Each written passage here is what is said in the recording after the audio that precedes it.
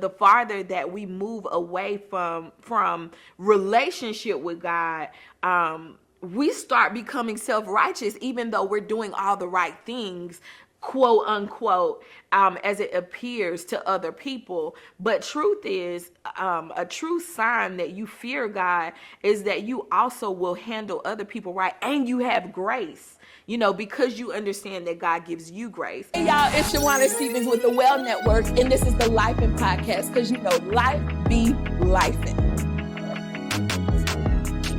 Hey y'all. Hey y'all, it's Shawana Stevens with the Lifin Podcast. Hey y'all.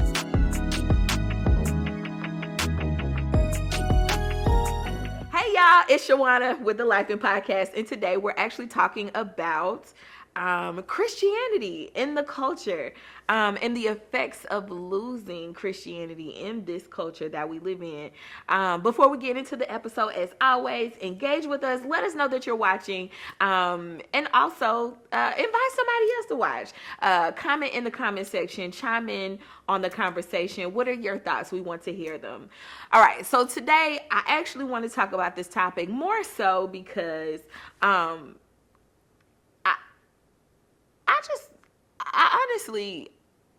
I was studying the other day. I was reading about Esau, and I came up on something. In Jewish culture, they consider Esau as godless, because he lost sight of his birthright. He lost sight of his inheritance. He lost sight of who God called him to be for a moment. And so they actually legit call him godless. Had never heard that before. And I started to think, in this culture that we are in, I hear so many people say that this generation is a godless generation, and sometimes I disagree with that, and then other times I don't. But I want us to really take into consideration what it means for us to be a godless generation, and what are some of the effects of not being Christ-centered in culture today. One of the things that I know pertains to this is how we regard Christ, the fear of God. I think when we live a life that is mindful of how God sees us, we will focus on the principles and the values that Christ came to teach us in the scriptures. And when that is not the case, we are so far from the principles, and our life starts to look like it, and the way that we deal with each other also is affected by our inability to be fearful in the eyesight of God, or fear God. One of the things that, of course, we always go back to is the children of Israel, and how over time they lost the fear of God. They still kept certain rituals, but they didn't see the works of God the way that the previous generations had. And so they became farther and farther away from the fear of God. And so I want us to understand what we really are saying when we don't hold on to those values, and when we lose our fear for God. One of the things that I know, I can always tell, or I consider on a day-to-day, is how I treat other people. And and that's the main thing. The effect of being godless is that we won't treat each other well. We won't talk to each other right. We will be okay with saying anything. You ever call customer service and they make you mad? It's so much easier to give them a piece of your mind and really lay into them if you are on the phone. My years of customer service, people would really just kind of tell you a piece of their mind and not even care when it's over the phone. But it's different face to face. And I think that's another way to look at how we interact with each other when we have kind of dwindle down in our fear for God. We start getting too loose in what we say to each other, how we handle one another. And, it kind of goes back to, when you're thinking about the life of Christ and all that he instructed us to do, one of the things that he told us to do was have humility. And there's no way that I can boss up to you and feel good about it if I say that I am humble. And so that's one of the things.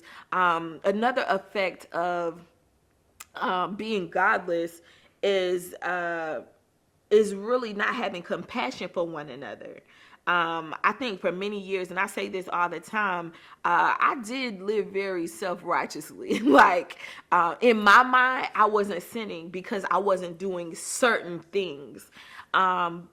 And so because of that, I had very little compassion for other people. And it showed up in the way that I treated people and even how I connected with people. And so I think it's important for us to even keep that in mind because, the farther that we move away from relationship with God, we start becoming self-righteous, even though we're doing all the right things, quote unquote, as it appears to other people. But truth is, a true sign that you fear God is that you also will handle other people right, and you have grace, because you understand that God gives you grace. So that's another thing. And just love in general. I think it's important for us to understand that as Christians in this culture, we have to love each other. And sometimes love is, I will let you aggravate me. And I think now today what I see is I'm only going so far with you. I'm